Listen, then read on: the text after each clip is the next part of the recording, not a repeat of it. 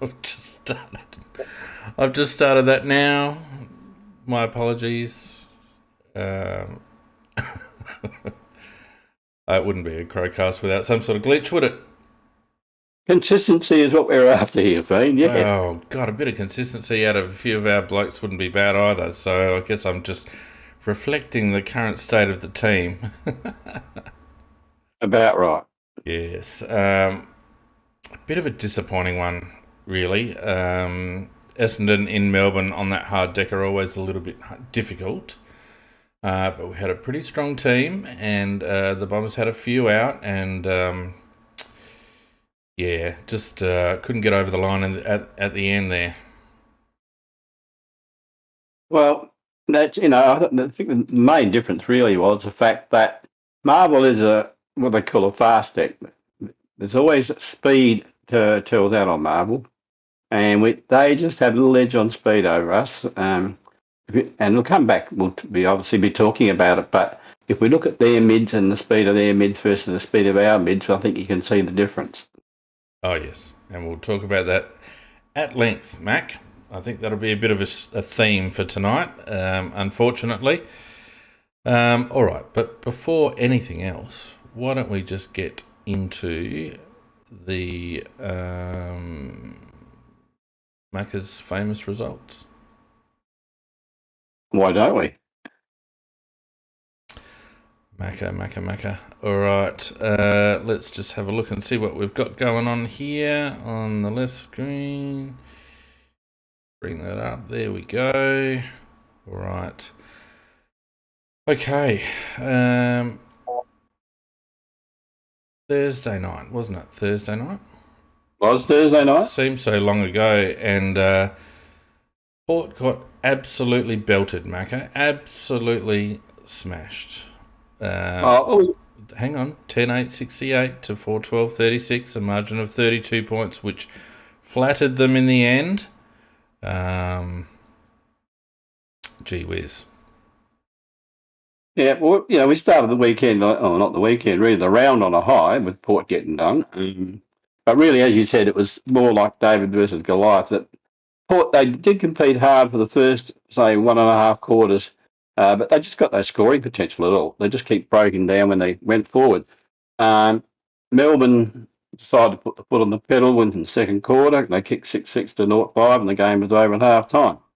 If you look at the scoreboard, that would tell you that Port probably won it by a couple of points in the second half, but there's no doubt that Melbourne were almost in cruise control at that stage.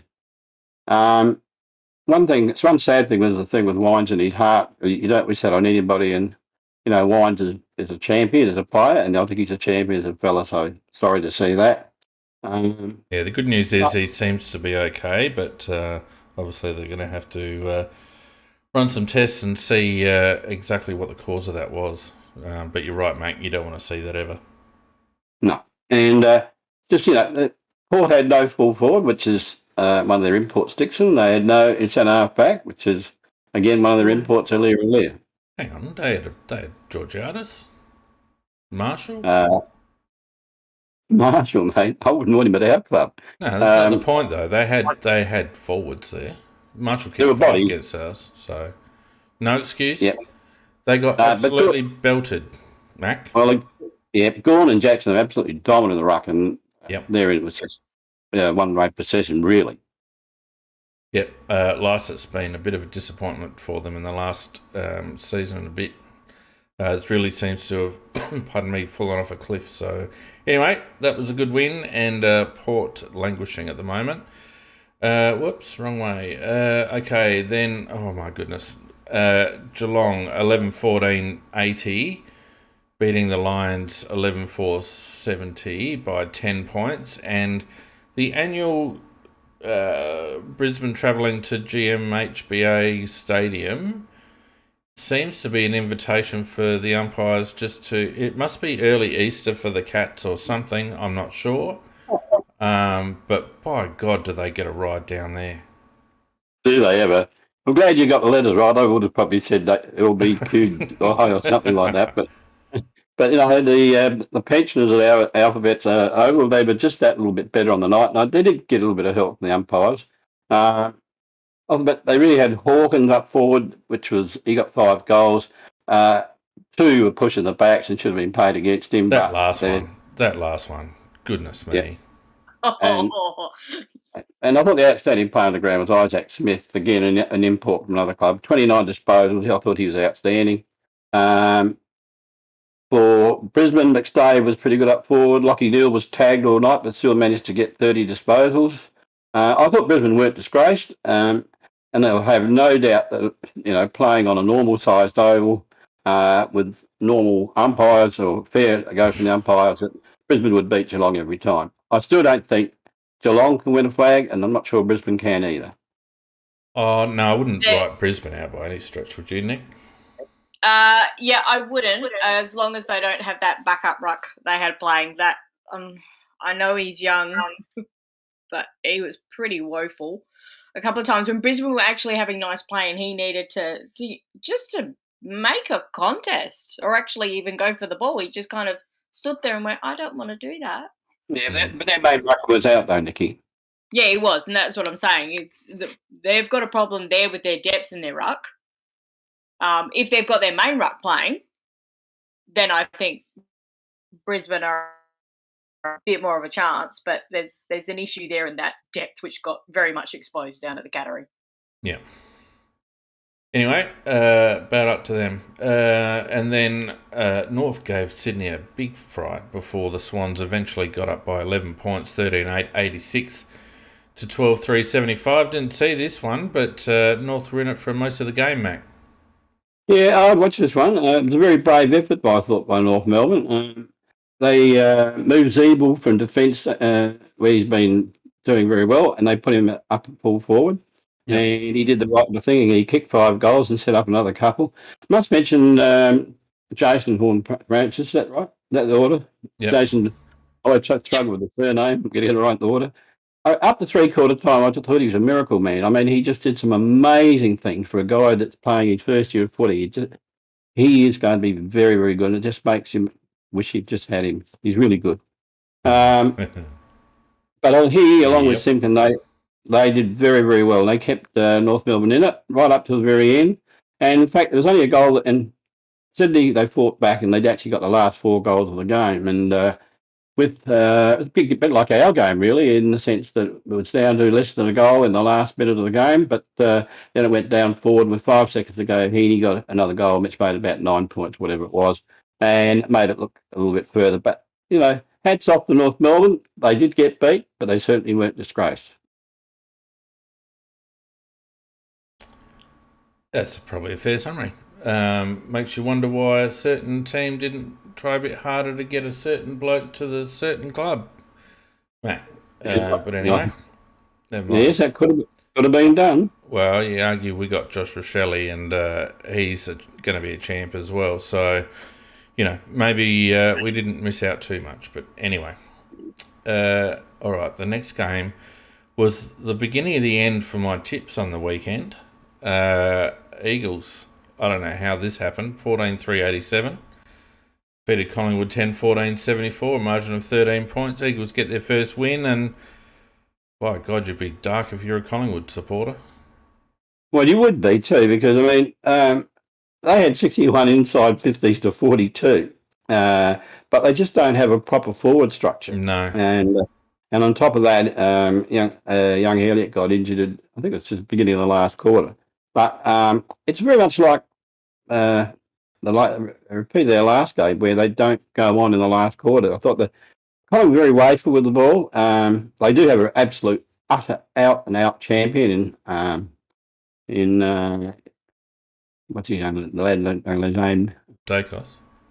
Yeah, Nick. I was just trying to make sure I got the right one. Nick was outstanding. He's just a natural. He's just always in the right spot. I just can't believe how he does it. And the kid, he looks like he's been playing at the AFL footy for 100 years. But anyhow, coming back to the point, really, Collingwood just aren't really good enough. They don't have a lot of depth. And what these Eagles did have, they had McGovern and Barrass in the back lines, who were dominated in defence. And up forward, Kennedy, Darling, Rioli, Ryan.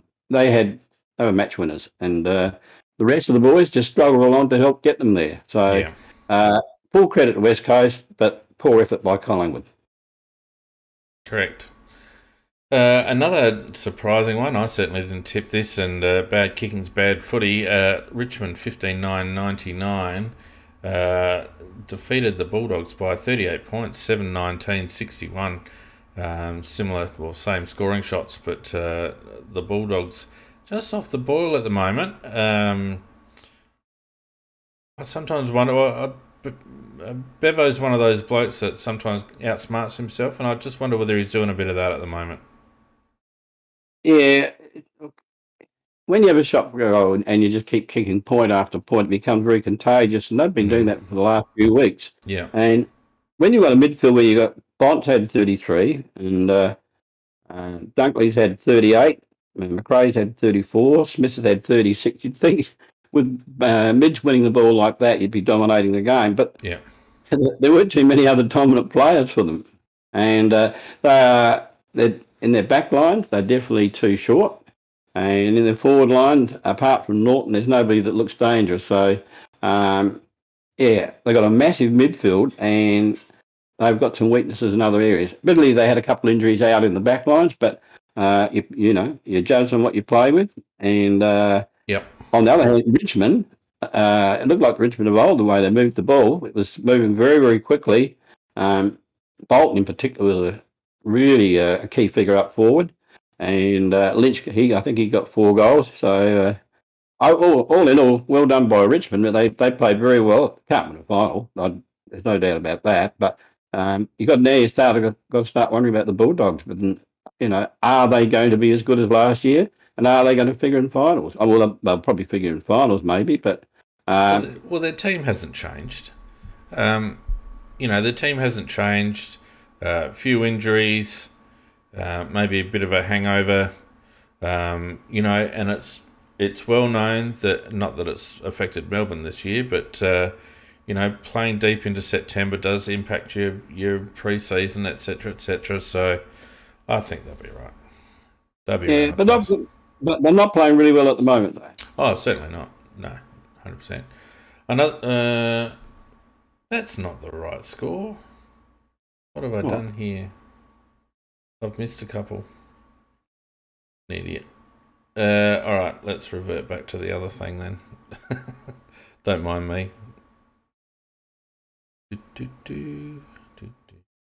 What was that Kilda for? Just one moment, please. Just let me get my shit together. I was going to say, Mac, though, how did you like the barrel? Oh, that was a ripper. Absolute ripper, that barrel. I did love the umpire going, good luck. All right. Fremantle getting up. No, have I got that one? Yeah, Fremantle getting up over. There we go. Sorry, I'm a little bit disjointed. Fremantle 13-10-88. Disappointing Giants 8-6-54. A margin there of 34 points to Fremantle.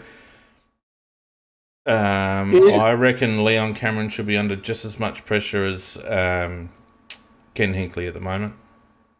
Yeah, with the quality of the midfield he's got, they should be doing a lot better than that.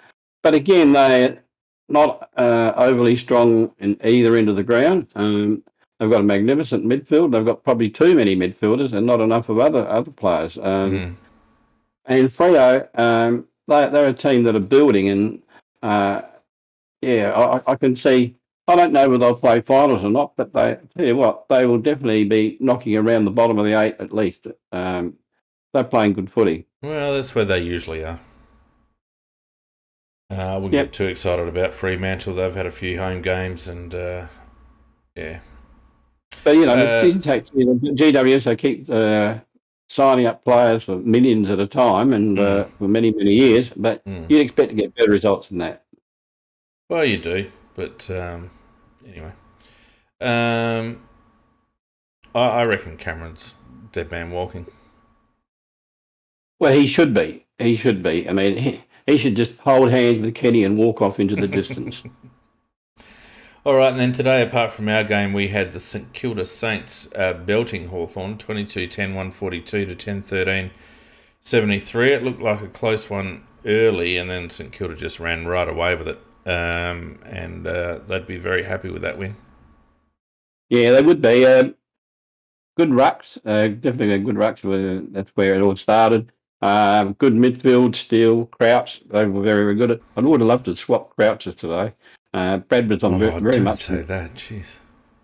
No, Brad was on very, very, very much on form today. I mean, he not only got the ball, but he used it well as well. But overall, I think Ryder might be in a little bit of trouble because he did a nice, great big bump to the head, and that probably might get him a week or two. But a lad that played in this particular game called Leonard, he's ex-Port. Jared Leonard, yeah, Sturt boy. Always played well when he got a game for Port, but just couldn't hold his place, and he played very well again today for the Saints. And I don't know why Port got rid of him. I actually don't know why Port got rid of him. I just don't know why we didn't pick him up instead of Ben Davis in the rookie list. I mean, gee whiz. Well, he would be very handy. How many halfbacks do you want, Mac? Well, one's going to actually get the ball, mate. No, well, we've got a few of those. No, but he's got height. He really has got height. He's about 6'2". Yeah, we don't need halfbacks, mate. We need midfielders. But I agree with you. Well, I agree with you. He was certainly worthy of being on a list, and I was glad at the time that he got picked up by St Kilda, and I was actually very surprised that Port got rid of him. They've kind of gutted their defence in many ways. They got rid of what was the other bloke that went to St Kilda? What was his name again? I can't think of his name. Tall lad. Anyway, there's been a couple that they've gotten rid of, and don't want a defence. Dougal, that's it. Dougal, whatever. Anyway, in the last game, Carlton just coming off the boil. Another unexpected result. Gold Coast 13-14-92. Carlton 8-14-62. Just having their mandatory loss so that they can bounce back against the Power next week. Yeah, I thought this game about as interesting as eating 6 lemons for tea or something like that. It really didn't have much. It didn't have much appeal to me at all, really. Cripps was off at quarter time. We did a hammy. After that, there wasn't much effort, I didn't think, from Carlton, and Gold Coast took over after that. Witsy actually dominated the ruck, and Miller and Anderson, can't remember all their names, but a lot of no names to me. But they won the clearances 45-27, and and I thought a pretty shameful effort by Carlton, by a mob that's saying we're going places this year. That was definitely a step backwards. Yeah, but they're up and coming. They're always going to come off the boil, I think. And Gold Coast are unpredictable. They'll turn up. How did Luco play? And Rankin? Well, Rankin, not much at all. He did get a goal. Luco, to me, is playing like a bloke that's with the second round draft pick at best, and not really sure what he would quite add to our side at the moment. He just probably add it. I don't want him in my side. I just asked how he played. Yeah, look, we've had this debate 1,000 times. We don't need to go over it again. I just asked how he played. Yeah, look, he played reasonable, but not outstanding. Yeah. All right, let's have a look at the ladder. And after 4 completed rounds, Melbourne on top, 16 points. The Lions, Fremantle, St Kilda and Geelong, along with Sydney and Carlton, all on 3 wins, 12 points.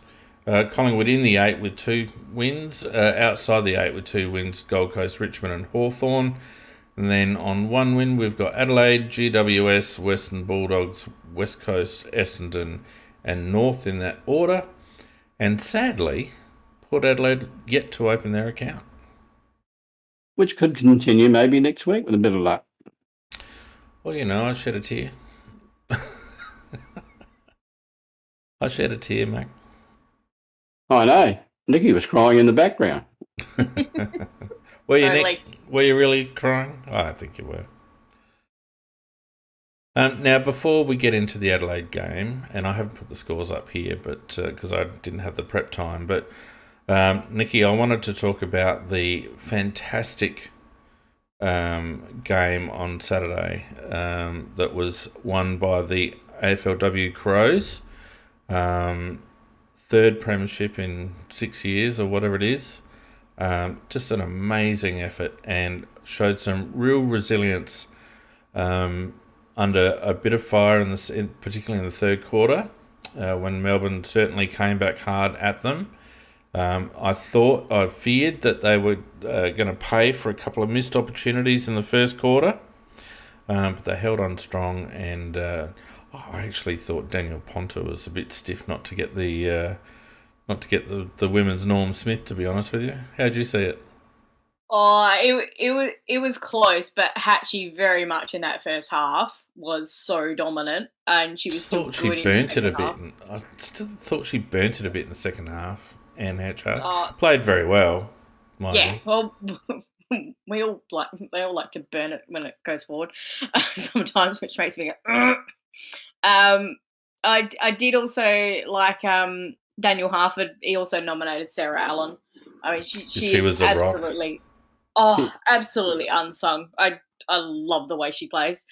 I mostly because I also used to like the way Caven plays, and you can just see that when she was developing as a defender, that he coached her.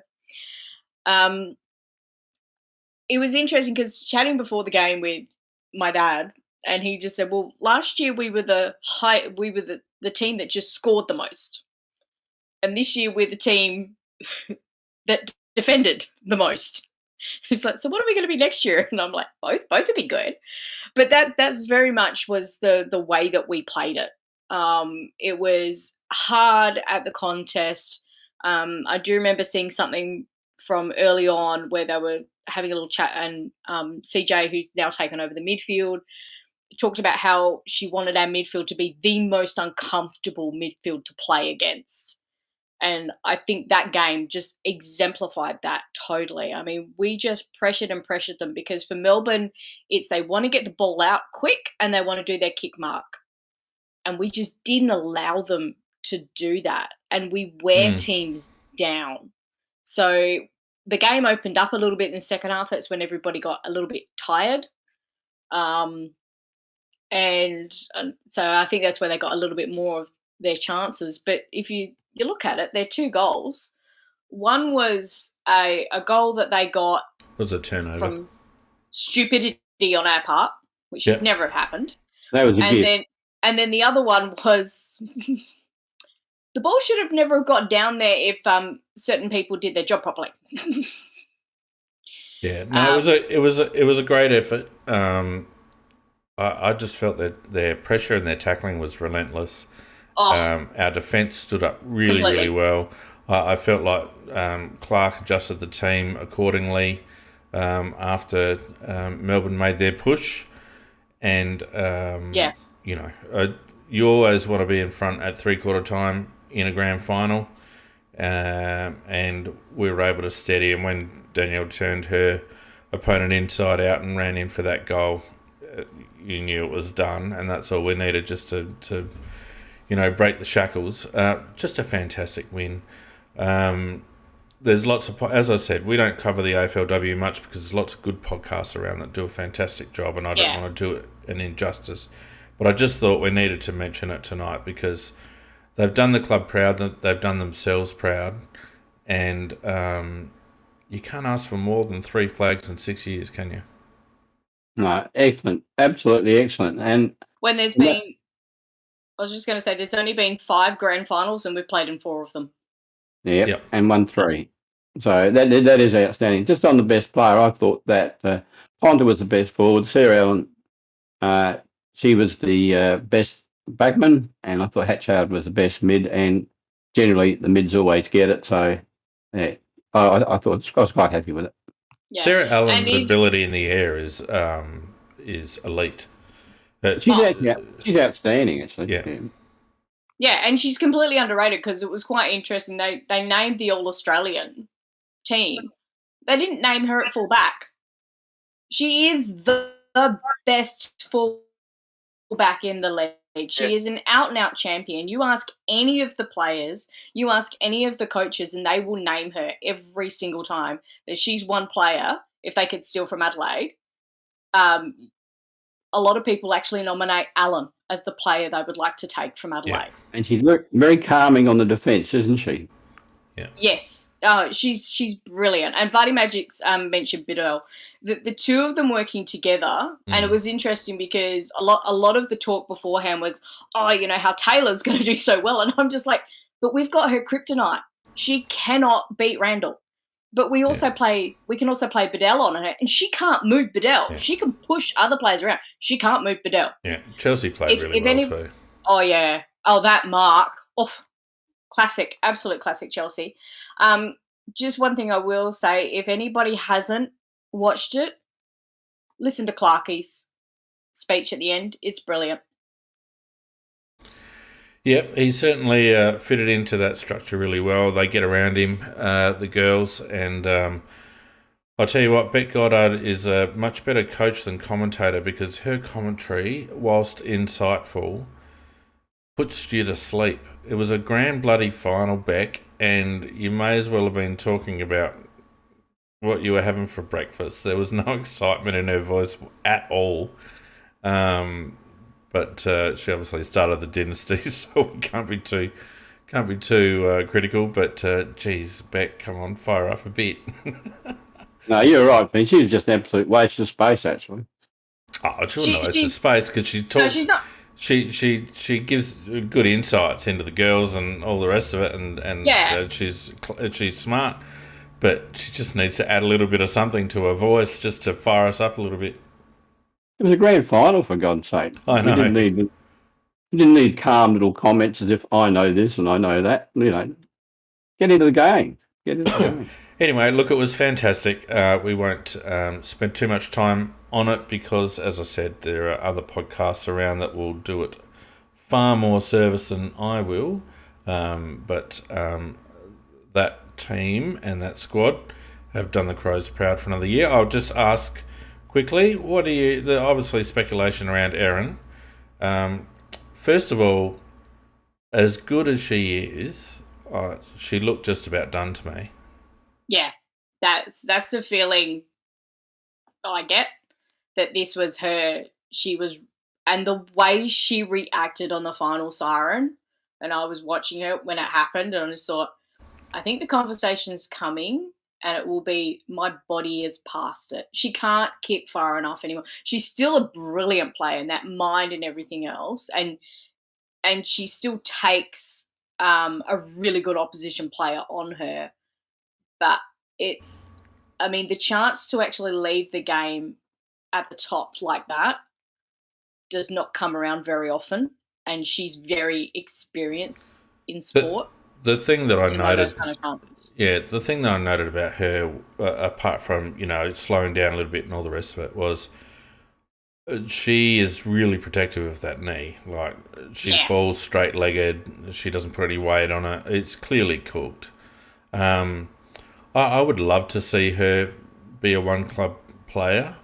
I understand the draw of Port Adelaide and playing with the old man's club, although he has embraced the Crows AFLW team. He absolutely has, because of the support that is given, Taryn. Now, I saw somewhere a comment from earlier, somebody, they said they were a bit worried that Hatchie was leaving because of what she said in her speech. But to me, her speech was how much she loved the club and realised the faith and the support that was put around her. If you actually, I think it was Libby Birch a couple of weeks ago, they were asking about, Port Adelaide coming in, are players going to leave? And her response to that is, why would you leave that club? They love it. They are so tight. Well, they play for each other, don't they? And, Erin said it afterwards, and a couple of others said it as well. They play for each other. They love coming to training. They love playing together. So I reckon on Erin, I reckon she'll retire from playing, but I reckon she will have an involvement in Port's inaugural season, either as a coach or something like that. I don't think she'll play anymore. She kind of left that open when she said, it's not just a matter of Crows or Port. There are other considerations. Yep. Her spouse has spent 2.5 years over here, being an American. So there's that consideration. I think Port would be stupid not to make a good offer to Erin to help them get off the ground next season. And I think the Crows would send her off with their blessing. It would be disappointing, I guess, if we saw her play for Port. But you wouldn't begrudge her. But I have a feeling it'll be in a non-playing capacity. The only thing about it, Feen, is it's sensibly that's what she should do. I think her time is just about up. But if she's always had an ambition to wear the Port colours, and that might be just too big an attraction to refuse. I'm sure. I think that's changed, Macca. That was when she was younger, and there was that opportunity. And Port, when there was the opportunity for it to come up, Port really weren't that interested. But I think you've also got to consider. They chose China. China, after making Erin an offer and then going cold on the girls thing. And there's also the way that there was a Port Adelaide women's team in the women's league here, and they did everything in their power, the way that I saw it when I was playing there, to not support that team. Yeah. Well, so there's a lot of bad blood from women's football towards Port Adelaide because of things that happened. Yeah. Well, the bottom line is, Mac, that she can't play for the same club as her father unless she goes and plays for the Magpies in the State League, because Port Power isn't the club that Greg played for. Port Power are a 15-year-old franchise or whatever. Good point. So she would have to go back and play in the SANFL. I don't think she'll do that. So I think she'll coach across town, just to make the faithful happy. Anyway, enough of that. Well done, girls. I hope you celebrated hard, and we look forward to a bit of a changing the guard, I reckon, in certain respects next season with a couple of players, I think. All right. Let's look at our game, shall we? Shocker. We got done by. Do we have to? We got done by 4 points in the end, 15-9-99 to 15-13-103 to the Bombers. Initial thoughts before we get into the head-to-head stuff, Nikki? Kind of went the way I expected it was going to go, with our midfield absolutely and utterly exposed by their speed. You can talk about how many players they had out, but they still had what we've been lamenting on for how many years? and that didn't help our backs at all, the way the ball was coming in. They did change it up in the second half, and we had opportunities. But I really would miss I wish that sometimes our forwards would actually go to where the positive place is, for where the kick is actually heading. Some of them seem to get more tied up in watching their man than actually watching the play that's going on up ahead. Mac, what do you think? Yeah, it basically comes back to the speed of the mids, really, I think. If you look at every one of the Essendon mids has pace, every one of them. So when they break away, they really break away quickly, and they move that ball in very quickly. Our boys, they are what do you call them? They just scratch and fight, and they haven't got pace, so there's no breakaway. There's usually a couple of handballs going backwards and forwards and around before we eventually do a blind kick forward. So it's a big difference, and it showed up in that first quarter. With poor old Butch, there's not much he could have done. Well, he could have actually. He was making the mistake of standing behind him, and he's too tall to stand behind. He had to really stand next to him. To me, the only difference between the two sides on the day was the speed of the midfield. that meant that the ball moved very quickly for them and at times very slowly for us. Yeah, I agree, Mac. Our midfield was poor. Most of our attacking came from defence. Keys and Laird were okay out of centre clearance, but Sloan and Crouch certainly weren't. And Dylan Shield and his cohorts for Essendon just burned us too often, not only at centre bounce, but also around the ground when they got clear.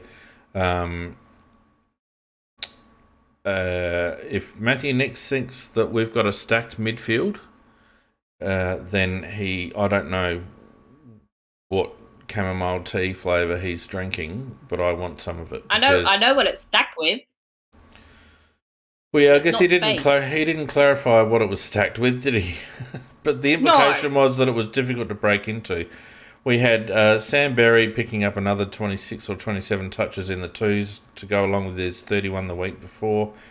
We had Luke Pedler back in the twos after basically being sat down for a week and a bit, and we were lacking pace. And the problem is, the problem was twofold.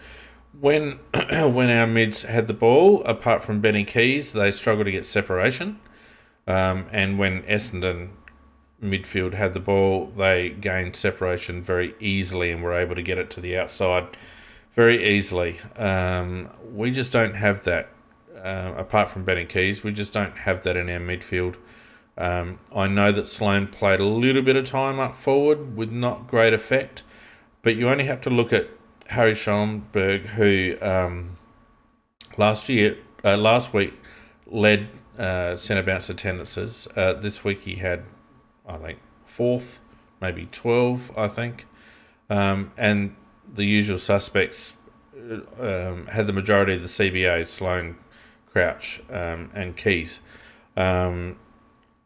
So it's impacting on our youngsters' development. Harry Schoenberg's had a difficult start to the year. I thought he had a good second half last week. But then, after trusting him with a full game in the middle, basically last week against Port Adelaide, we relegate him to a bit part, a wing, a half forward, all for the sake of bringing Rory Sloane back into that midfield mix, and it just does not make any sense to me. Well, actually, Sloane is a worry because somebody else has said that in the chat. No, that was original thought. Sloane is a worry overall. I mean, he's the captain, and at this stage, he's barely commanding a spot in the side on form. He's lost a lot of pace. I don't know why he's lost so much pace. Because he's had all those foot issues, mate. And he's 32 years of age or whatever he is. Yeah, and he's actually to the point where what a lot of other teams have done is put him on a half-back flank because they can run straight at the ball. Another half-back flanker. I've got him everywhere, mate. Up my sleeve. They're just coming out everywhere. Yeah. But problem is that Sloane in the middle, and when you've got a situation when you've got Laird, Laird, if it's Laird, Crouch and Sloane, Laird's the speedster by comparison there. Yes. It's just too slow. Just too slow. Yeah. Well, Laird's not slow, but he's a in and under player, so he's not your burst player. He's not the bloke that's going to be bursting out usually. It's he feeds out. Yeah, exactly. I thought Laird played right actually, without getting into specifics. Yeah. I think he played very well. Well, for me, it's Laird's actually quickness of decision making and a decent skill set. Some of the really nice lower passes that were happening. I was quite happy with Laird's game. I thought he was very good, but let's not get into specifics.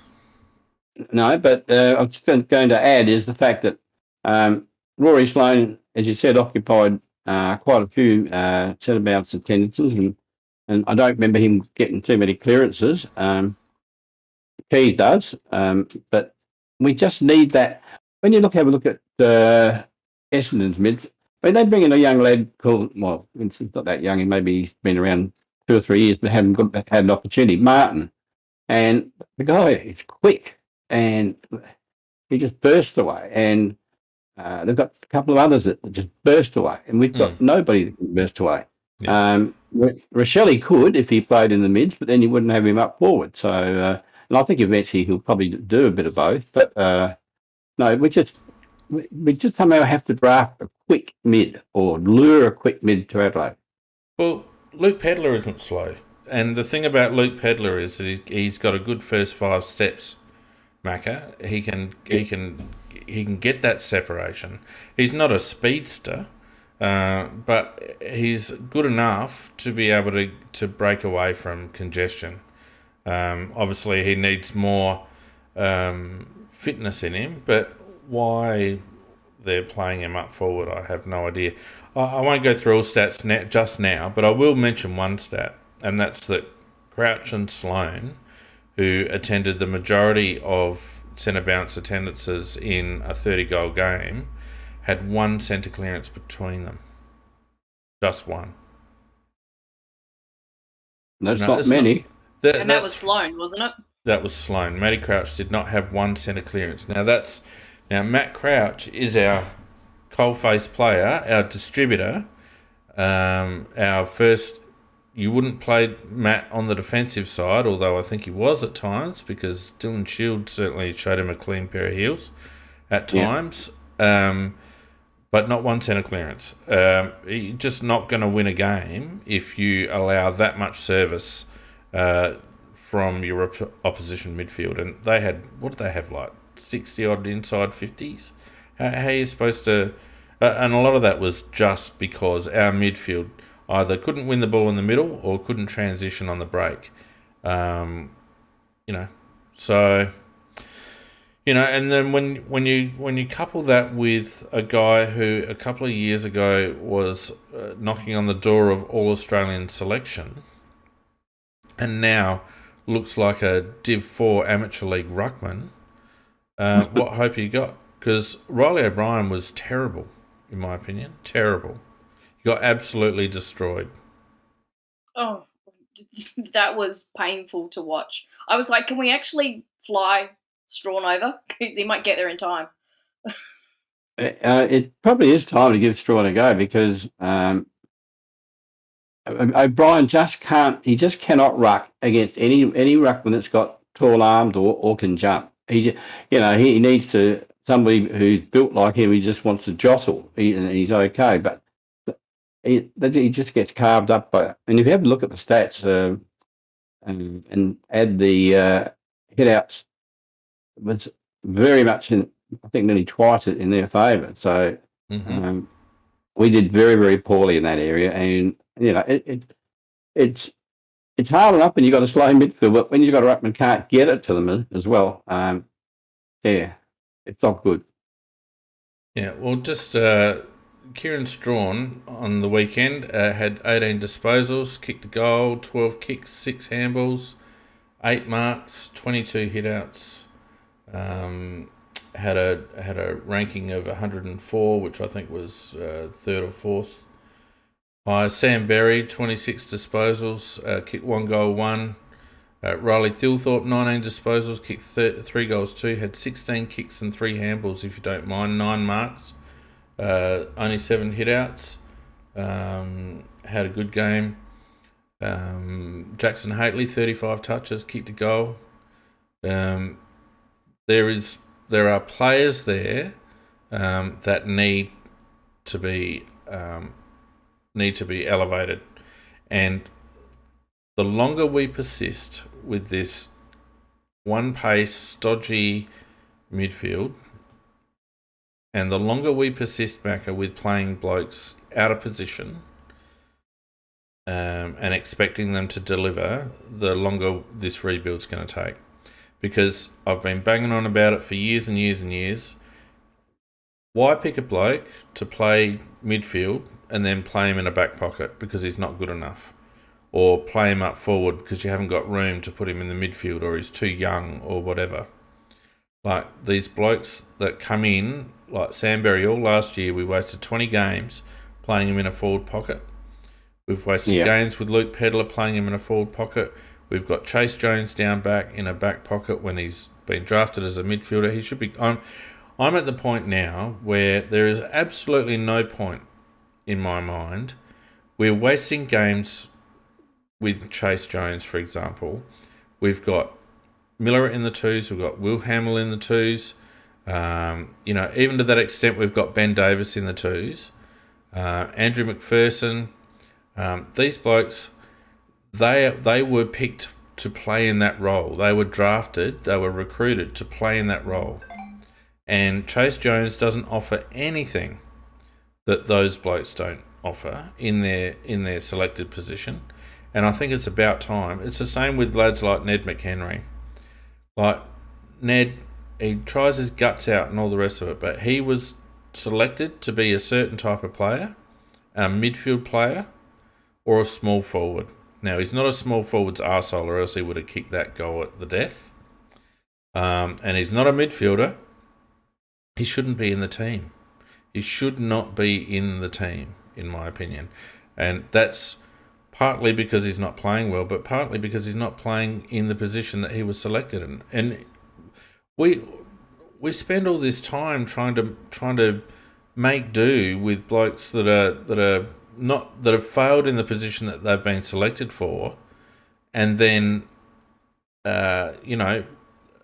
we've got these other blokes that can't break into the team because we're clogging up positions with blokes that are out of position. It doesn't make any sense to me. Just on McHenry, wasn't he supposed to be a midfielder? Yes. And midfielder or small forward. I don't think he's ever started in the midfield, Macca. That was the question I was going to ask you. Just for God's sake, at least put him in there. He can't do any worse than the others are doing. So at least he would try like hell. Maybe would just prove he's going to be no good there either. But at least try. Yeah. The worst thing you can do is just keep on doing what you're doing when it's not working, because you just get the same results all the time. Yeah.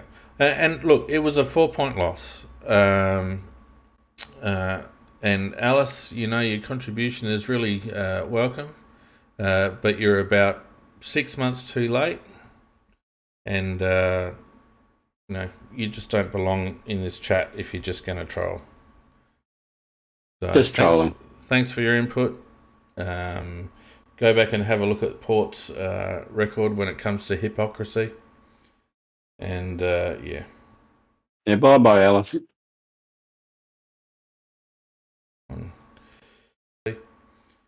And yeah, it's gone. Yeah, bye Alice. Where are we, Alice?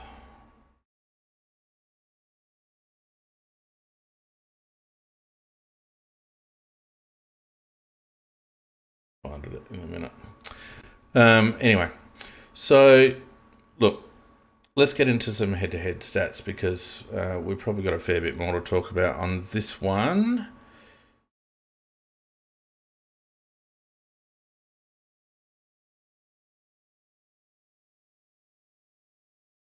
Up again. Whoops. Reorganised tonight. Have you noticed?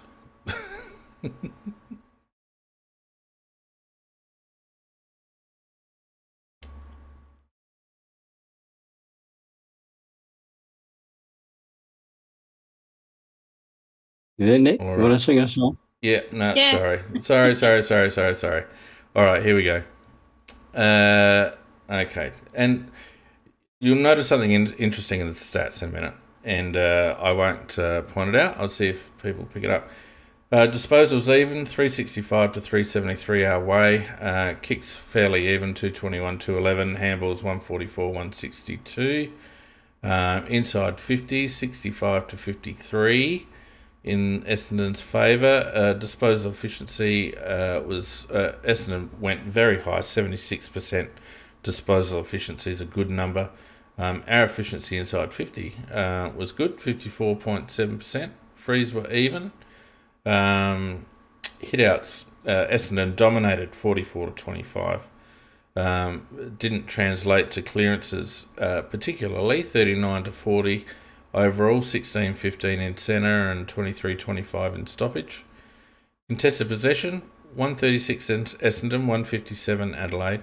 Uncontested possession, 222 Essendon, 212 Adelaide. Turnovers around about even.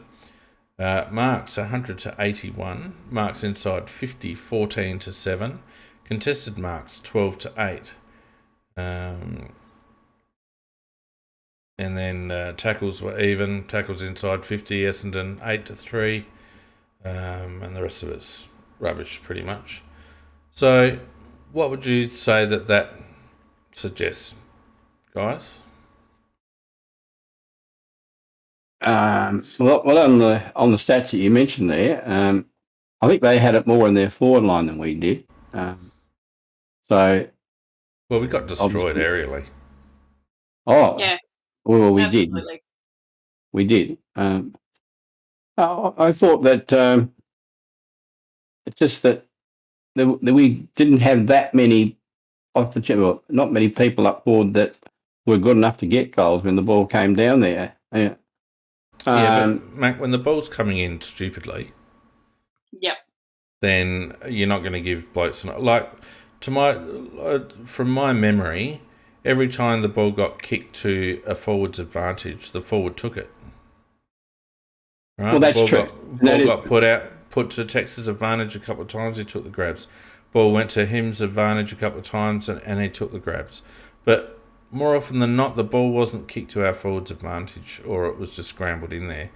And we don't have the personnel to be able to. We don't have a 2-metre Peter that can make something out of nothing in the air. Lockie Gallant tries really hard, and I think eventually he's got a bit of an X factor about him that will allow him to do that a little bit. But our entries into forward 50 were at times diabolical, and it's all because our midfield were rushed constantly. And towards the end there, when we started to tire, our forward 50 entries became very shallow and not as effective. So it all, to me, even though the possessions were similar, the clearances were similar, and all the rest of it, it's a pity that they don't put a stat together that talks about effectiveness of those stats, right? Because to me, their clearance work was far more damaging than ours in terms of score on the board. They were able to move the ball far more effectively, far quicker, and hit targets far more often. And, it was only a few missed shots that kept us in it earlier in the game. And look, to be honest, I felt like our defence, even though, Geordie had a bit of a tough time, I thought our defence again stood up pretty well. But we couldn't transition the ball. Well, I thought Butts, he had a very bad start. But did he, Macca? Did he?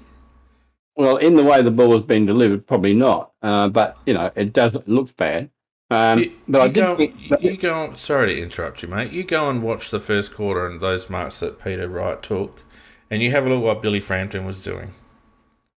He just stole my next line, which was going to be, but it could have been totally different if Frampton had have tried to help him, which he never did. He just stood there watching. Well, Frampton just didn't position himself properly. If you watch what Frampton's doing, he just wasn't positioning himself effectively. He was just basically a marking bag for Peter Wright at times. He was no assistance. And see, this is where I like Nick Murray over Billy. Billy is far more effective on ground play. But are we really selecting a centre-half back on the basis of his groundwork? No, we're not. And what Nick Murray offers that Billy Frampton doesn't offer is an aerial contest. And yes, Nick makes mistakes, right, by foot. But it's not his job to distribute the ball out of defence. It's not his job. That job goes to the smalls and the mids, the Brodie Smiths and the Tom Didays and the Luke Browns, etc., etc. It's Nick Murray's job to defend in the air against big players. And Billy Frampton, in an aerial contest, he's all at sea. He's got no idea what he's doing. And look,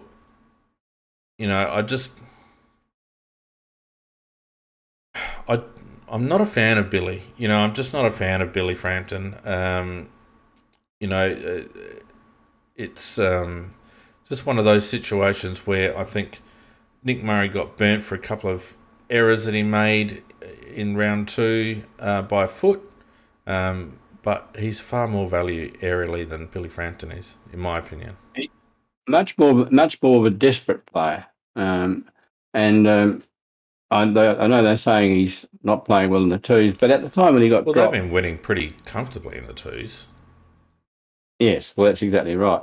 I still think at least he'll contest even at the risk of his own safety. He will have a real crack. Frampton doesn't do that. Frampton likes to get the ball a lot easier than that. And look, he wouldn't be in my side. I don't think so. Well, put it this way: Billy Frampton will stand and prop. He marks a little bit like he positions himself a bit like Kurt Tippett, whereas Nick Murray will attack the ball in the air. So there'll be forward momentum with Nick Murray usually when he hits the contest, whereas Billy, there's no forward momentum. He just stands there and puts his hands up, and he's not tall enough to be able to do that, and he's not strong enough. So. We didn't have enough help for Geordie. No doubt Geordie didn't have his best game, although I thought, after half-time he improved, but he didn't get any help. Tom Didé is another one. His intercepting seems to have dropped away a little bit recently, so I don't know. 2 bad errors from Didé by foot cost goals. So it wasn't one of his better games. No, so anyway, look, Nick, you're very quiet. You got anything to add? Because you guys keep covering everything I kind of want to talk about. Sorry. I mean, I do everything you've kind of talked about Frampton in terms of defender. Yeah, I do. I understand all that, but I do. The one thing I will say the positive towards him is that his disposal is very good and his vision is very good, and a lot of our very proactive plays was instigated by him. Is that his job? No, but when we're also lamenting the fact that we don't have good disposers over the ground, we do have. Well, we do. We do have. But he's got a few the other one. But I do agree with you on Murray. I prefer Murray in there over Frampton. Well, Rabbit says it should be his job. Absolutely not. Absolutely not. When you go to draft a tall player, you're not looking primarily at his ability to distribute out of defence. You're looking at his ability to defend aerially, in my opinion. Everything else is a bonus. Yeah. Anyway, we'd like Wiesering for Carlton, that type of thing. Yeah, exactly. To me, it's a no-brainer. But anyway. All right, let's look at some individual stats, shall we? Let me just sort this out. Okay. All right, so Rory Laird, 38 touches, 14 kicks, 24 handballs, 8 marks, 3 tackles, 8 clearances, 272 metres gained. He had 4 inside 50s, 10 score involvements, 84.2 disposal efficiency, 15 contested possessions. I actually thought I know Benny Key's got a lot of it too, but I actually thought Laird was by far our best midfielder today. That goes without doubt. Firstly, the quantity he got, but also the efficiency rate as well. So, I won't say anything about best players, but he was right up there. Yeah, just ignore the troll in YouTube chat. Geordie Dawson, 27 disposals, 15 and 12, 7 marks, 624 metres gained, 84% time on ground. He had 5 inside 50s, which is what you want, 5 score involvements, 10 intercepts. His disposal efficiency was off, 63. And in the last quarter, a couple of times, in the second half, he fumbled a bit. I worry with Jordan that he's going to try and think he needs to be the be-all and end-all for this team, and whether he's actually trying to do too much at the moment.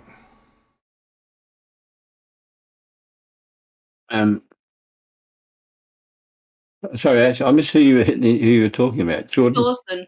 I Dawson. mean, Dawson. yeah, I thought you said Jordan. Sorry, that's it. Yeah, Jordan yes, Dawson. Yeah, Jordan Dawson. The problem was because Hinge going down, we then had to send him down back. And Well, he's and a whilst halfback flanker. he was playing on the wing. He was not playing halfback though. And he was like a lot of really proactive and good stuff in the first half was him primarily, and we lost a bit of that in the second half, even though we picked up elsewhere around the ground. But you're right, some of those fumbles were not good. Well, you're right, Nicky. He was playing wing in the first half, and I still think he had a reasonably good game, but not up to his very, very best standard. I thought he was. Look, don't get me wrong. I thought he was good, but there were a couple of. I just at times I felt like. He feels like he's being relied on probably too much, and he probably does, Fiend. Yeah, it worries me a little bit. Because I don't want to play him out of form because of the fact that he's got too much going on in his head. I just want him to be able to play. Yeah, just needs a bit more support, then perhaps he will do that. Yeah.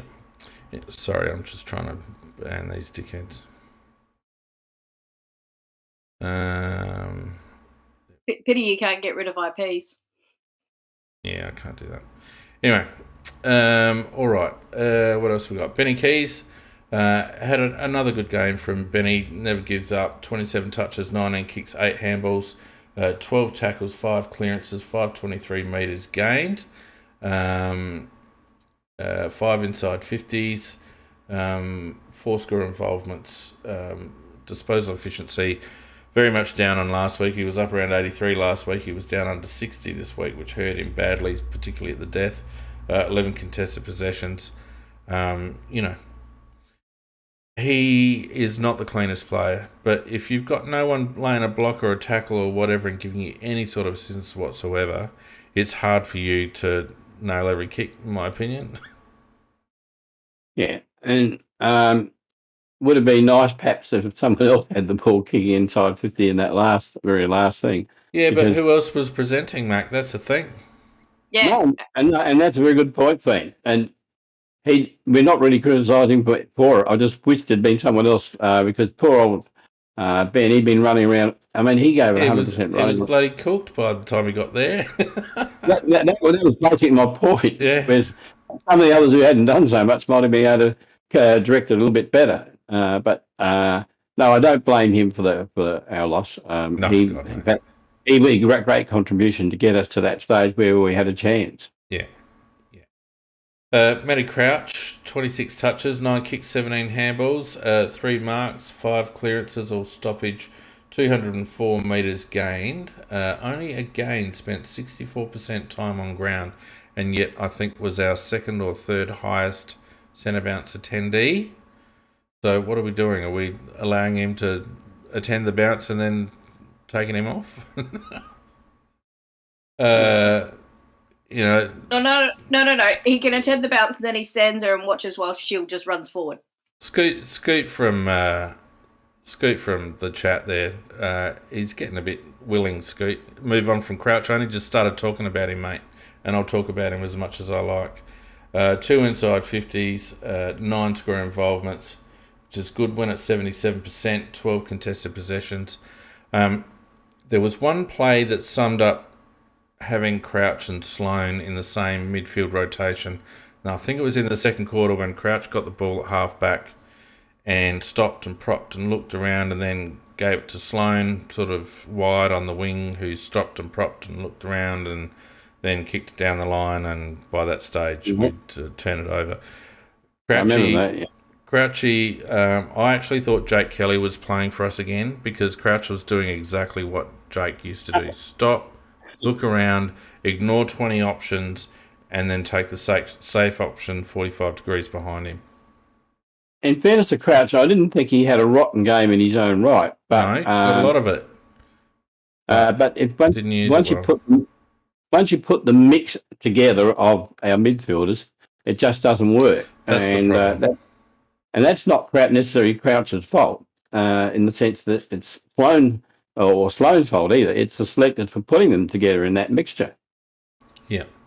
The whole mix is wrong. We've been saying that for weeks. And I think, Nikki, I don't know about you, but it seems to be playing to everyone except the bloody coaching staff. Entirely. And that same bit of play you were talking about with Crouch, you could actually, because the camera work was staying a bit further back, you could actually see that Essendon were making sure that Dawson was manned up, that Scholl was manned up. The players they actually let free to us to move the ball to was Sloan and Crouch, because they know as soon as we kick it to them, they're going to stop. Mm-hmm. And they can just keep the pressure on. When opposition teams know we can let him get the ball, not a problem. We're going to get it back in a minute. That tells you everything about what is wrong with that midfield. Well, look, in a rebuild situation, I don't doubt that we need to have experience in there. But when Harry Schomburg goes from 26 CBAs down to 12 because of an inclusion, there's something wrong. When we're playing two young up-and-coming midfielders that we selected specifically for that role in Sam Berry and Luke Pedler, when we play them in the twos because of the inclusion of a senior player who isn't effective, different if they're effective, but isn't effective, then there's no point. So I'm not bagging Matt Crouch or Rory Sloane specifically, although I could. But what I'm saying is that the whole mix is wrong. The whole I can't see a development pathway for those young lads. And how long is Sloane going to be in the team? How long is Matt Crouch going to be in the team? We tried to get rid of Matt Crouch at the end of last season, and we put him on a bare bones contract, and yet he's still first picked every week. Why? If we didn't value him as a player enough to give him a good contract, why is he first picked every week in that midfield? I'll answer you. And are we picking Sloane because we're trying to justify the long-term contract that we gave him? The bloke is sadly out of touch. He tries his heart out. No one will ever question that. But he is a liability at the moment, and he is costing young kids games at the moment. And not only that, I'll tell you this, every time we came back, it wasn't because of our senior players, apart from Tex, who I thought played very well. He was. But in terms of ball movement and gut running and all the rest, it was our kids doing it. It was our younger players, and I'll include Ben Keys in that. It was our younger players that were instigating, challenges and transition and keeping us in the game. It wasn't bloody Matt Crouch and Rory Sloane, that's for sure. Well, I see Rory as a major inhibitor at the moment, and in the sense that he's in there on reputation only, and the fact that he's captain. On what we see, he really, if he was not captain, he would probably be dropped. And I agree with you, Finn. One of the young boys, at least one of them, should be given an opportunity to play through there every week to the point where they'll become efficient at playing in there. You can't do it if you're not given the opportunity to do it. And they can run around and do it at Sandford level, and they do it well, but that's a different level. They need to play at this level to get it to adjust to it. And a very good example of that is you take Cook. Cook came on in the last quarter when everything's very hectic, etc., and he had 7 possessions in that last quarter. Yeah. And for me, I think Cook should be playing next week as well. I mean, Cook is going to be a very, very good player for us long term, but he needs to play on the ground at AFL level to get that experience that these other players have had, and they really pass it. So For me, Cook's got to play, and I would think, one of the two boys you mentioned before, one of them, I don't know which one, should be definitely given the opportunity as well. Very. Well, look at it this way. We lost the game. We lost the game against Fremantle in round 2, and we lost round 1 fairly comfortably as well. What would we have lost by playing those young lads? Like Sloaney played in round 1 and 2, missed last week. Is that right? Yeah, missed last week and then played this week. What are we going to lose by playing these kids? Yes, we might get a bit of a belting every now and again, but at the moment, I see Harry Schonberg's head dropping. I see the forwards' heads dropping when Matt Crouch streams into 50, or for him streaming, crawls into 50, has an open look at a handball to Rory Laird, and decides to have a ping at goal from 50 metres. Matt Crouch hasn't kicked 50 metres for about 6 years. I see that's just as deflating to me as a 10-goal loss, because I don't think our junior players actually trust our senior players anymore. And that's a big deal. When you have a disconnect between your experienced players and your kids, and if I was a kid playing in the Adelaide Crows team at the moment, I wouldn't trust Matt Crouch. I wouldn't trust Rory Sloane. I wouldn't trust Riley O'Brien. I don't even think I'd trust Brodie Smith at the moment, even though he's been playing all right, but his disposal was terrible. I'm not trusting Luke Brown. These senior players are not trustworthy, and whether you're a senior player or a kid, if you're playing in a team where you can't trust your teammates, it's very, very demoralising. And to me, I just think they have to pick on form. And if it means that we field a young team with green midfielders, so be it. I'm in the same camp as you. We're never going to get better unless we get... Because these blokes that are playing in the midfield at the moment, Laird, yes, big tick. Benny Keys, big tick. They're there, and they're there permanently. But after that, I think it's open slather for the next couple of spots to go through there. And you just said it, Mac. If you have a main rotation that includes Ben Keys and Rory Laird, what are you losing by not having Matt Crouch and Rory Sloane, but instead having Harry Schonberg and say Luke Pedler?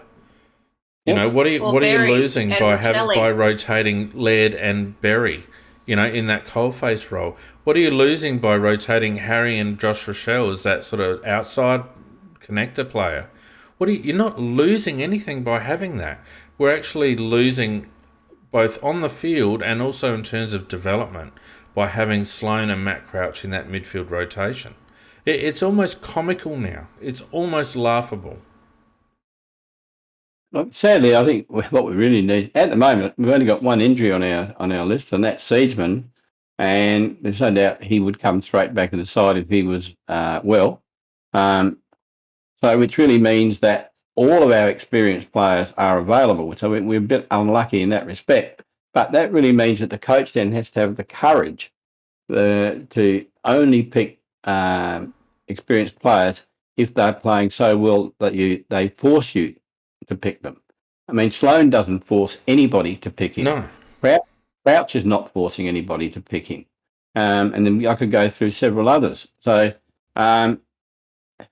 Nick's, if he really wants to take this side and into somewhere within the next 2 to 3 years, he's really got to get these young lads and give them opportunities to learn at this level of football. They can play SAFL till the cows come home, but it is a different level. It's got a different speed. It's got a different hard hit, etc., a different way of moving the ball. And the only way they'll learn is by playing. But do you know what's keeping? Do you know what another factor is that's keeping these blokes out, Macca? Because you've got to be able to rotate them. Luke Pedler's not going to run out of game. Sam Berry may just run out of game. Harry sort of struggles a little bit at the moment with fitness towards the end of the game. So you need to be able to rotate them, and you need to be able to rotate them on the field and also off the bench. But unfortunately, we're clogging up spots where we could rotate them with blokes that haven't made it. Ned McHenry, Chase Jones, these blokes, they're being played out of position, and they're taking spots where we could play a rotating midfielder. That's another compounding problem, I think, of playing these blokes that are just not fit for purpose, in my opinion. And just raising a question just on a slightly different note, and probably the people in the chat would know, did anybody watch the SAFL game, and how did Mackesy go? Is he ever going to make an AFL player? Nick, did you see it? Watched a bit of the third quarter, because by the time we got home from the AFLW, and a little bit into the last, Mackesy was playing nicely. Our backline was actually doing really well. He did some really nice intercept marks. Murray was playing really well too. The entire team, it was good play, and I can see, because what we do in the SNFL is we play the AFL game plan. And for me, that whole discussion about where Nix is wanting experience and everything else, well, you know what? Put that experience in that SANFL team, where those young guys, where the next ones we want to come up, need to be taught. Not in the AFL. Put them in the SANFL. Let them help develop there before you put them in. But, Mackesy was doing really he did really nicely. I saw him take some really good intercept marks, some good one-on-ones as well. Mackesy had 18 disposals, 11 kicks, 7 handballs, had 4 marks, 6 rebound 50s. In a defence that was playing in a team that was well on top. That's a reasonably handy game. I don't think I would have seen Fisher have 18 touches before. James Ballacre is another one that's just been cooking along quietly. Josh Worrell. It's good. Darcy Fogarty probably proved why he was dropped, and we'll talk about that in a minute. So I just feel like that we've got to move on from these other lads. Anyway, that's enough of that. We'll probably smash that. Lockie Scholl, I was a bit disappointed in Lockie today. I know we've talked before about him squibbing a little bit, and he squibbed a couple in the last quarter where his lack of effort meant that the ball was cleared from our forward 50. Didn't like it. 20 touches, 15 and 5, 2 marks, 5 clearances, 429 metres gained, 3 inside 50s, 6 score involvements, only went at 65%. So not bad numbers. The type of stats profile that you want from a guy like Scholl, but he's got to be able to go when he needs to, doesn't he? I thought he played reasonably well, actually, but where he lacks is when it becomes physical. I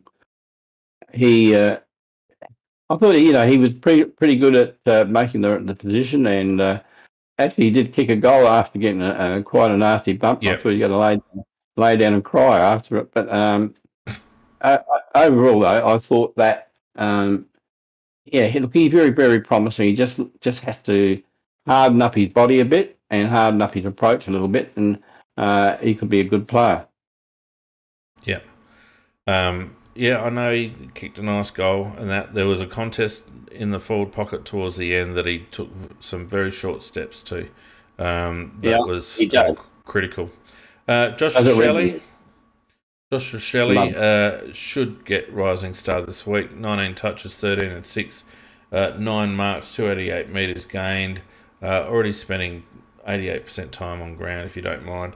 2 inside 50s, 7 score involvements, 73% disposal efficiency, 8 contested possessions. He's just the type of player that when he gets ball in hand, you just think something's going to happen. He's class, absolute class. He's a footballer. He's got a football brain. He's got football ability. He's an absolute gun. He's going to be. He will end up being. Well, I hope we get better players, but as we stand at the moment, he'll develop into our best player probably. Yeah. Today, as we've mentioned, a little bit of a worry. Just seems off the boil, Tom. Whether it's a change in role for him or whether he's lacking a bit of confidence in his knee or something, I'm not quite sure. But just doesn't seem to have the poise that he had before his ACL. Would you agree with that? Yeah, I'd agree with you.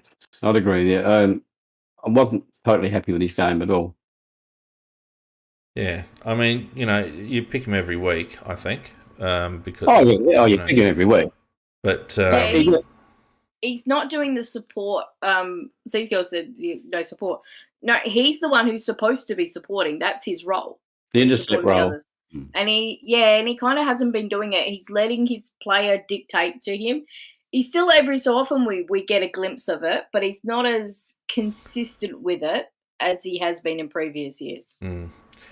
You don't see teams play through Tom Dade's opponent very often, and I just wonder whether there's little game plans in place, and it's stuff that we don't see, but little game plans in place to maybe dilute his ability to intercept, to float across, like to sag off his man and come across the pack.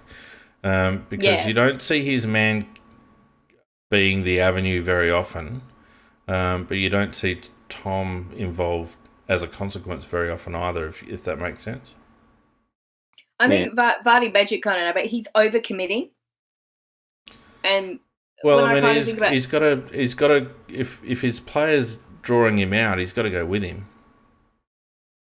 Yeah, but when he does come over and he has tried to spoil, he's gone at it a bit too hard, if you know what I mean, and he's falling down and he's being out of the contest, whereas when he was doing that previously, he was timing it beautifully. It was often landing on his feet, or if he fell down, he was straight up again. It just kind of it's reminding me a little bit of Harry. Is he trying too hard? Maybe. Tex, I thought, was a really good return. Looked rusty early, but his second half was great. Couple of really nice goals. Looks to have lost his leg a little bit. That just shows you 6 weeks out of footy and all of a sudden you lose power pretty quick, don't you? But I thought he presented really well. He made our forward line look more solid. Now, in the past, I would say he shouldn't be playing because we need to be sinking games into Darcy, but I couldn't give a shit about Fogg anymore. If he's going to turn in games like he did in the SANFL in a winning team on the weekend, then he can stay in the twos as far as I'm concerned. And Tex can stay in until we want to replace him maybe with Thilthorpe or Gallant or someone else. Yeah, no, Tex was terrific, I thought. Absolutely terrific. And his football brain is second to nobody's. A couple of those goals he got, they're just brilliant stuff. And, we've missed him. And I thought he played extremely well. He was getting booed by the crowd. I don't know why Essendon should boo him. He's never done anything to them. And as far as the fact that he made a racist comment, and that was meant to be in private, he played. He did the crime. He paid his time. So just move on. Yeah, but that was always going to happen, Mac. Yeah, probably. You can't be surprised by it. And let's not. I don't want to even talk about it. Okay, let's just move on. No, I don't want to even talk about it. Let's just move on. I had no problems with him booing him. That was always going to happen. So we just move on. I don't want to talk about it. Yeah, he did play really well. I thought particularly where we've been getting a little bit stuck is that leading up forward on the wings, the separation that he and Himmelberg work with quite well. And I think it was nice to have him. I wasn't happy at having him back, but watching the way they work together, I was okay with it. And I think it just gave Himmelberg that little bit of confidence boost that he needed, particularly with crashing the pack and things like that. Did I understand you right? You said you didn't want him back? No.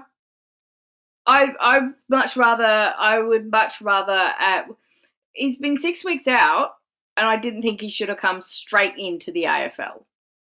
I think he showed you why he should have.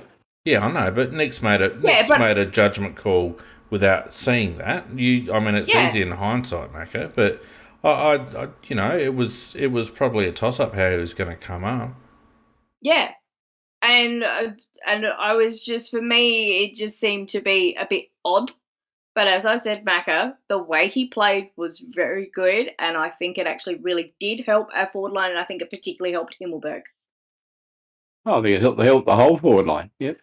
Yeah. Now, I haven't mentioned before, but obviously with our studio audience, if you got something to say, stick your hand up. We're just rabbiting on here. A couple more. Sloaney we've talked about. Lukey Brown I thought was disappointing and seems to be a little bit hampered as well. Billy I've talked about. Chase I've talked about. Brodie I thought was quiet. Ned McHenry I've talked about. Harry just needs to be persisted with. I think he's got to work through this little slump that he's in. Lockie Murphy wasn't anywhere near as damaging as he was last week. Geordie Butts struggled early and probably had his colours lowered. I thought Elliot Himmelberg, how'd you say this, Mac? I thought Himmelberg backed up his performance against Port quite well.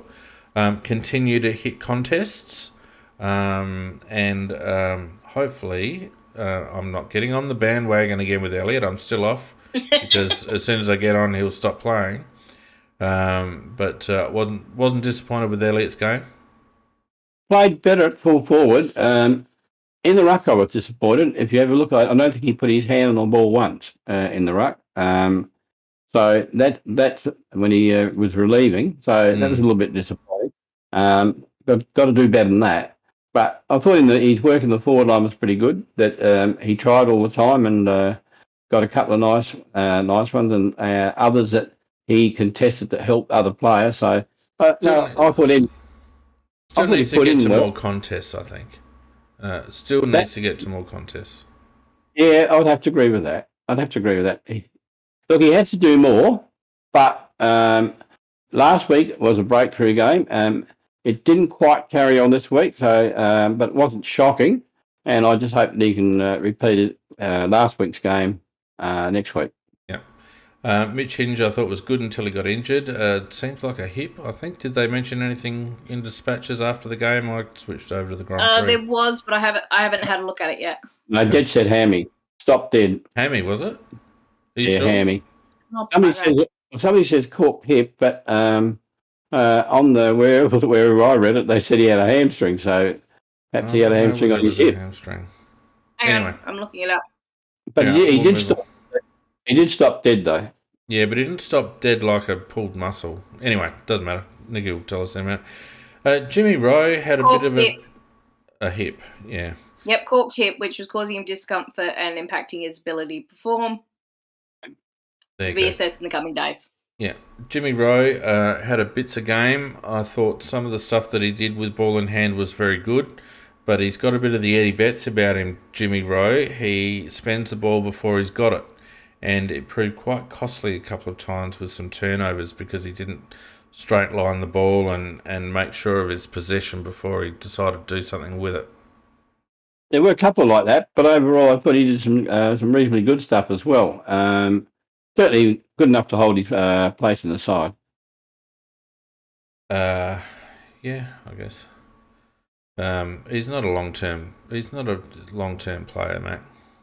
He's not, but a lot of our really good proactive play was because of him. And then there were some other things that didn't go so well that was because of him. He's on the verge of being in my best 5 players. I think just because the impact of keeping us in the game with what he did was quite good. Okay. O'Brien had a stinker. Braden played really well when he came on.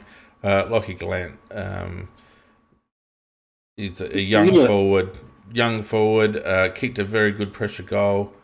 Will be better for having Tex on the side alongside with him, I reckon. And you just keep him, Lockie Gallant, you just keep him in for the rest of the season, in my opinion. Yeah. Agreed. He's had a nearly game. If he kicked those first 2 that he missed, then he would have had 3 goals for the game, but also well played Lockie Gallant. So definitely, as you say, just keep playing him. Yep, agree. So my litmus test for all of this, when we're talking about the quality of a 22 that we put on the park, is how many of those blokes do you reckon other clubs would want? And if I go through the list, Matty Crouch, no one would want. Rory Sloane, no one would want. Luke Brown, no one would want. Billy Frampton, no one would want. I don't think Chase Jones would be wanted by anyone. Nemec Henry, maybe. I don't think Lockie Murphy would get on another list. I don't think James Rowe would get on another list. They're all best 22 players. So what did I just list? 6 or 7 players there that are best 22 players in our team that wouldn't get on a list in another club. Or if they did, would be depth at best, at very best. So why are we playing them? Well, we're not the selectors, so I'm asking your opinion. Well, we're playing because, I don't know why we're playing them, because there's quite a few that I wouldn't be playing. We've already discussed that, but I think we should be playing at least 2 or 3 more young lads in there. And it's not about win-loss ratio. We're not going to make the finals this year. And in fact, in some ways, it's better for us to finish lower than higher, because you get a better draft pick. But you've got to get experience into the young players so they can have a good year. And then that's never going to happen until you play them. Now, Inquisitor in the chat has been conversing with me on Big Footy and put together a lot of stats about the correlation between total games played by your team and ability to win. That's all well and good, but I don't think winning's our primary aim at the moment, is it? Well, not mine. I think we got to get the right people in the team so they can actually develop so that we can be a good team. It's no good playing the players that you know they're going to fail or just give you an average game. There's no point. Yeah, if you can say experience, but if you're putting experience on the park that no one else wants, and we know that no one else wanted Matt, and I'd be pretty comfortable in saying no one would want Rory Sloane. Why are we playing them? Why bother? We've still got experience in there. We've got Rory Laird, who's an experienced player. We've got Benny Keys, who's played 50-odd games and is a club champion, so you could count him as being a mentor in there. We've got a few other blokes around the place. We've got Brodie Smith, you've got Tom Diday, who are experienced players. There are blokes around that can support these kids. But as I said, I feel it's just as deflating for a young side when your experienced players are not cutting the mustard as it is to get beaten by 10 goals, in my opinion. And just on that about having that experience around them, you're right. The experience I would like to see around them is those players that are going to still play with them for a couple of years. So like Laird and like Keys, who Geordie Dawson. Yep, that have got that can build up through the team with them, and then when they when they go out, those younger ones are now that experienced lot in their mid-20s, and the newer ones then come in and they then mentor those. Yeah, that's how you keep your team on top for a multitude of years. Yeah. You want your senior AFLW team. Yeah, well, you want your senior players to be 27 to 30. You want your mid-tiers to be 24 to 27, and then you got your youngsters coming through, 20, 23 and under. It's what we've lacked this whole time, is that middle tier. We've now got that middle tier. You want them to take over the leadership of the club, move the club forward, and by the time they get to that experience age, they're not falling off a cliff, and our youngsters have got enough games in them to be able to put together, hopefully, a team that can contend. But at the moment, we're wasting time, in my view. The other thing that I would suggest, given that Elliott hasn't been too bad over the last couple of weeks, I would actually drop O'Brien, and I would bring both Kieran Strawn and Riley Thilthorpe back into the team. I would first write Kieran Strawn. I would have Riley Thilthorpe on the bench, and I would have a 3-way rotation with those 3 lads. Give them 40% game time or 50% game time each. It gives you some ability to restructure up forward if you want to go tall. I know coaches don't like having a tall on the bench because it limits their flexibility. But in my opinion, we've got to get Riley. Now that Riley's got a bit of confidence back, we need to get him back into the team. We need to give Kieran an opportunity. We need to reward Elliott for some improvement. There's an opportunity to have that three-way rotation, and I think it would work. Essendon did it today with their tools. I like it. It's and good.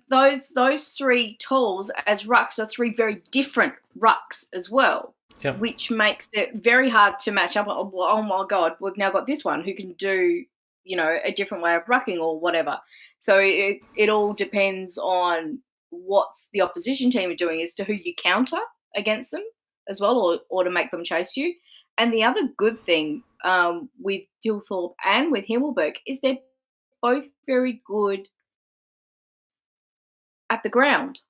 Yeah, ground level. They're not those lumbering ones who can't pick up the ball off the ground. Yeah. Ground level, they're beautiful pickups of the ball. And all three of them can kick. He was very free along the wing. Yeah. Yep. All three of them can kick a goal. They can all ruck. Obviously, as you mentioned, Nikki, they're different players, but I just think there's that opportunity there. Will the selectors have any sort of courage to do something like that? No, they'll just keep playing Riley O'Brien and getting slaughtered. But that's something that I would do. All right. He's very much going to get slaughtered against Richmond. Well, pardon me, sorry about that. Don't forget, if you are in the studio audience and you want to have something to say, now's the time to do it. We've got a few minutes left. But just quickly, I will go around the table. Macca, your 5-4... Hang on, let me get the bloody spreadsheet up so I can note these down. Yep. Your 5-4-3-2-1, Mac. Yep, I go 5 points to Laird. I thought 38 disposals at around about an 80% efficiency rating was just had to give him number one. 4 points to Walker for 4 goals and really being the centrepiece of the forward line. I gave 3 to Rochelle, 2 to Keys, and 1 to Dawson. So that was... Sorry, it only just opened then. Laird, I give 5. Yeah. 4 to Walker, 3 to Rochelle, 2 to Keys, and 1 to Dawson. Very good. Nick? Same players, different order. Yeah. Dawson. Yeah. Then Laird. Mm-hmm. I then went Rochelle at 3 with Walker and Keys. Okay. And probably not dissimilar from me this week. I've gone Laird for 5, Dawson for 4. Whoops, can't spell. Keys for 3. Rochelle for 2 and Walker for 1. So probably the same 5 players, not a Crouch or Sloan amongst them. So remember, if you are in the Discord channel, put your 5-4-3-2-1 in and we'll update those running totals during Tuesday Night Live on Tuesday night. Final thoughts, lady and gentlemen. Who we got next week? We've got bloody Richmond next week. Who are Richmond here. Just getting their tails up a little bit. Thoughts? And they like playing Adelaide Oval. Thoughts?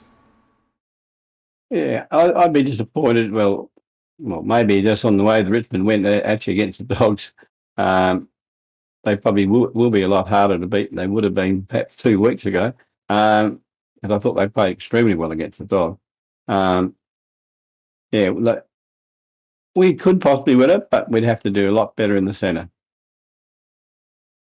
I think our problem is that because we only went down by a couple of points, and there'll be we were nearly there, everything else will back the team in. We've identified why there needs to be changes, and I don't think they're going to make the changes that they need to make. And Richmond like to move the ball fast. They do. Just like Essendon did. And if we go in with Rob again, he is going to get absolutely cleaned up, even more so than he did today, I think. So yeah, nah. If they're objective about today's result, they will have seen that we could have won by 5 goals with an effective midfield. Because we rebounded well from defence, and we took mostly took our opportunities in the forward line, but our ability to, or our inability to defend their spread, and our inability to transition hard when certain players were involved, really stymied us. So it was a 5-goal. To my mind, it was a 5-goal win gone begging. If they make the changes that they need to make, then I think we're a sneaky chance against Richmond in Adelaide. But I dare say they won't, and as a result, I think we might get flogged. It depends how the game's played, Finn. If we can actually force it into a scramble and a tussle, then I would say that we would win the game. If it's left to be open, where speed counts, then we'll be in trouble. Yeah, because we're just not a quick team. So you would imagine that Nix will do what Hinkley tried to do the other day against Melbourne and shut the game down. Yeah. And have an honourable loss. And look, I'm starting to see a few similar traits, unfortunately. Sticking with certain players, strange selections, not giving juniors a go. I don't know. Starting to see a few similar things. Anyway. Yeah, the only thing is that Essendon had a very, very quick midfield. Richmond haven't got the same quick midfield. That's going to be one thing that's in our advantage. But it's a matter of just but what they do, if once they get the ball in the back line, they love to give it to Short, who runs and is a brilliant distributor of the ball at speed. So from our point of view, a good, scratchy, hard-fought game, and I think we're a chance to. Yeah. And if it gets opened up, we'll get opened up. Now, we've got More Dots there on. Now, More Dots there, you've got an avatar that shows people getting married. Is that you, or you just like watching Married at First Sight, mate? Can you hear me now, guys? Yep. Gotcha. Yep. I'll try and make this a quick one. But I don't know if... No, something wrong with your audio, mate. You've cut out again. I can't... you can hear me now? Yep. Yep. I'm struggling to watch these games every week. Like, the midfield mix is not working. I don't know how we can get this across as a supporter base to the coaches that the midfield doesn't work. You can't play Sloan. He is beyond cooked in the midfield. You just can't do it. It was hilarious watching today how they were trying to hide him at half forward and half back, and he was still shit. Right? It's just I just could not believe that we still gave Sloan 16 centre bounces today, and we were getting torched in the midfield. Like, it was so bad to watch. Like, the outside run, we don't have any outside run. Like, if it wasn't for our forwards doing a half decent job, we would get slaughtered today. Absolutely slaughtered. And I just want to ask, how can we as a supporter base get these idiots to realise that this midfield mix is not working? We're in a rebuild, right? How can we rebuild if we're not playing our next future generation of midfielders? I know we've been banging on about this for weeks, right? But something needs to change. Like, this is not how a rebuild should be done. Can't argue with you, mate. Everything you said is 100% spot on. Yep. To me, I think the interesting thing was that normally you have the commentators will talk up, you know, what a great player Sloan is and what a great player Crouch is, everything else. But you had Jordan Lewis today just going, that Crows midfield is so slow. Their mix isn't right. And when you're getting questioned by somebody like him and that gets highlighted, I think that's actually working, because, you know, with us trying to say stuff, we know they don't listen. It has to be an absolutely massive thing. And I think the problem was as well is you had the whole crowd. So when we actually won against Port, and then they showed Walker and Sloan, of course the crowd cheered. And so the message that was then sent to the powers that be was, oh, they're our favourite sons, we need to get them back in the team. The problem is we are a small number of the supporter base. There's a problem. Well, there's a more vocal... Are we still driven by the marketing angle, or have we not got it through our thick heads after the last debacle and getting rid of the last regime that the supporters ultimately want to see progress and see development and see a winning culture develop? Like, are we that are we that wedded? Yeah, go on, mate. Yeah. I would not care if we lost every single week by 60 points. I would not care. I've been supporting the Crows since, I was 7 years old, right?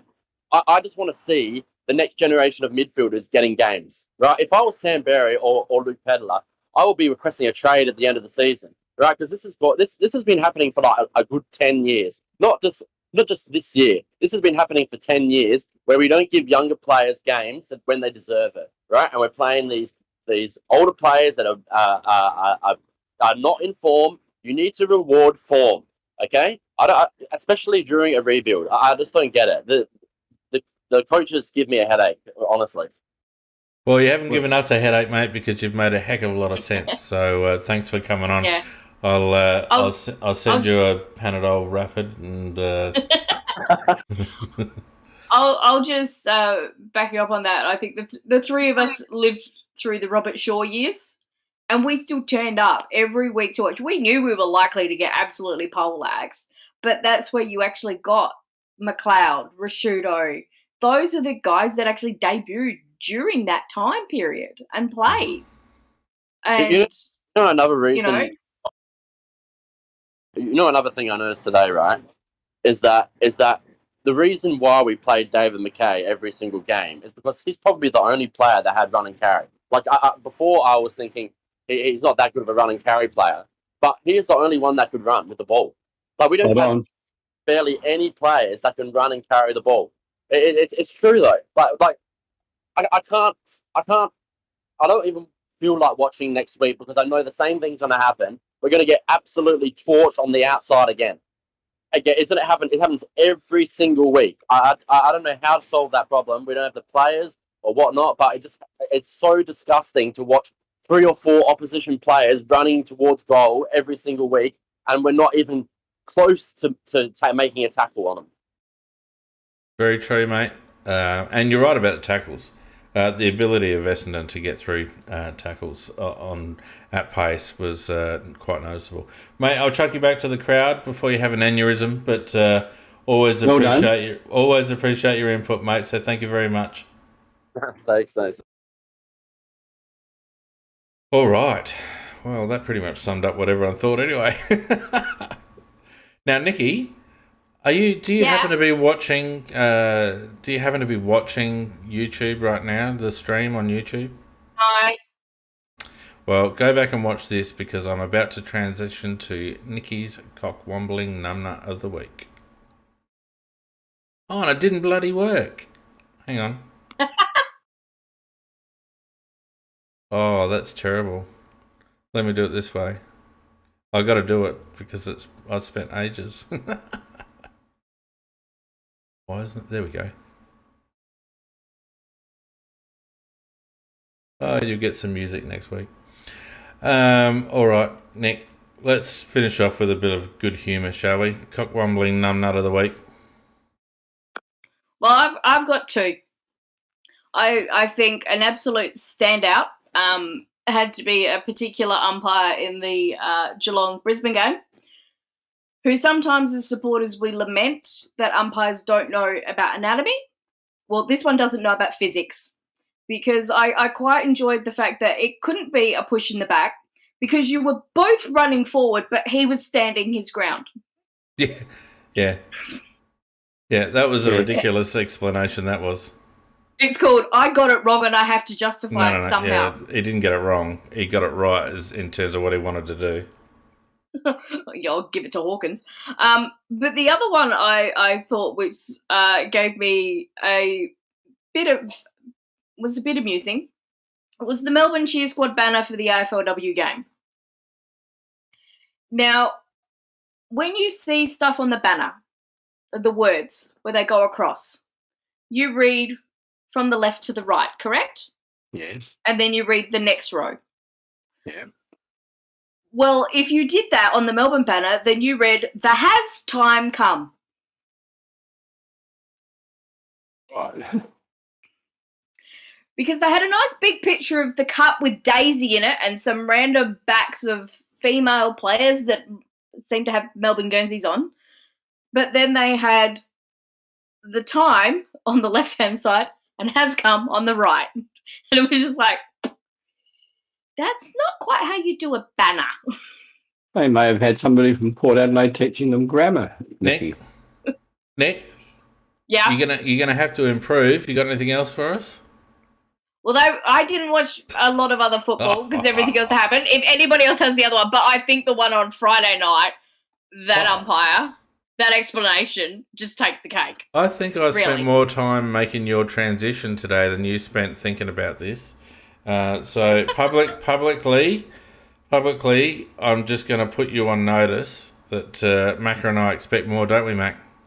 Oh, lots more than that. Well, you can help me out with dominations. Well, I thought it was funny that now what was this one? It was a Kane Corns one. He deleted a tweet. Now, what was the tweet that he deleted? He deleted a tweet regarding the crowd that Adelaide got to the round 2 game against Freo. We got 28,000 or whatever it was. And he deleted it because, of course, how many did Port get to their game against Melbourne on Thursday night? 22. That's right. So poor old Kane got out ahead of the vitriol and decided rather than face the music, he was just going to delete any evidence. And Sloane Ranger said nominate Tim Gossage for suggesting we had the grand final at the MCG. That was last week. That was last week, but it almost... That was last week. It almost qualifies again. Oh yeah, it was stupid. Yeah, all right. So what are you going with, Nikki? I must say I'm a little disappointed. My experienced players letting me down. I'm dropping my head. No, seriously. Once I actually heard that the umpire on the Friday night, that was complete and utter cock-wobbling numbnut. I didn't think nobody was going to beat that, really. Now, if you're going to play in the cock-womble midfield, you're going to have to do better than that. Yeah. Hey, Crouch is actually faster than me. Anyway, we'll go with the umpire for his cock-wombling explanation of why Tommy Hawkins got away with a push in the back that was blatant and obvious and sealed the game for Geelong. Alrighty. And he needs to learn physics. Well, we've only gone 2 hours tonight, ladies and gentlemen. So that's a good time. Look, thanks for everyone who's joined us tonight and stuck with us through the show. Much appreciated, of course. Don't forget, if you want to get around us on Patreon, you can support us on Patreon at patreon.com/AFLCrowCast. You can see some of our supporters there scrolling on the screen, and I'm very, very grateful to everyone who has supported us on Patreon in the past. Also, if you're watching us on YouTube, please don't forget to subscribe to the channel. It really helps as we try to push our way up to 1,000 subs so that we can actually get some more community stuff going on YouTube. So please subscribe if you haven't already done so. Please share the videos on your socials if you can. That'd be much appreciated. If you're listening on iTunes on demand, please consider giving us a review if you like what you hear. Nikki, Macca, our time here is done. Yep. Good night, all. Night all. Thanks everyone for joining us. We'll see you on Tuesday night for Tuesday Night Live. Good night.